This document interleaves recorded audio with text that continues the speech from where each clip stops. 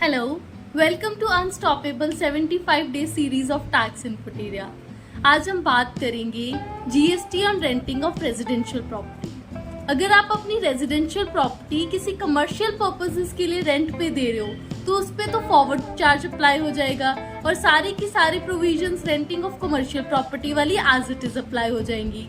लेकिन अगर आप अपनी रेजिडेंशियल प्रॉपर्टी रेजिडेंशियल पर्पसेस के लिए दे रहे हो तो उस केस में आपको चेक कर रहे हैं क्या आपका रेसिपिएंट जीएसटी में रजिस्टर्ड है या नहीं। अगर तो आपका रेसिपिएंट आपका टेनेंट जीएसटी में रजिस्टर्ड है तो उस केस में वो आरसीएम पे करेगा।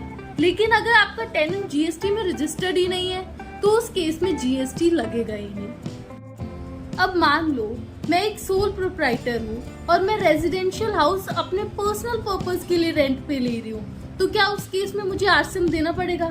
नहीं। तो जैन 2023 में गवर्नमेंट ने ऑफ इंडिया ने एक छोटी सी क्लैरिफिकेशन निकाली और उसमें ये क्लैरिफाई किया कि अगर सोल प्रोप्राइटर पर्सनल पर्पस के लिए रेजिडेंशियल हाउस को रेंट पे ले तो उस केस में आरसीएम अप्लाई नहीं है। इसका ये मतलब हुआ कि गवर्नमेंट ऑफ इंडिया साफ साफ ये मेंशन कर रही है कि आरसीएम तभी लगेगा अगर आपका वो प्रॉपर्टी बिजनेस पर्पस के लिए ली है। अब और एक केस, मान लो मेरा लैंडलॉर्ड जीएसटी में रजिस्टर्ड है बट टेनेंट रजिस्टर्ड नहीं है, तो उस केस में क्या लैंडलॉर्ड जीएसटी पे करेगा? नहीं।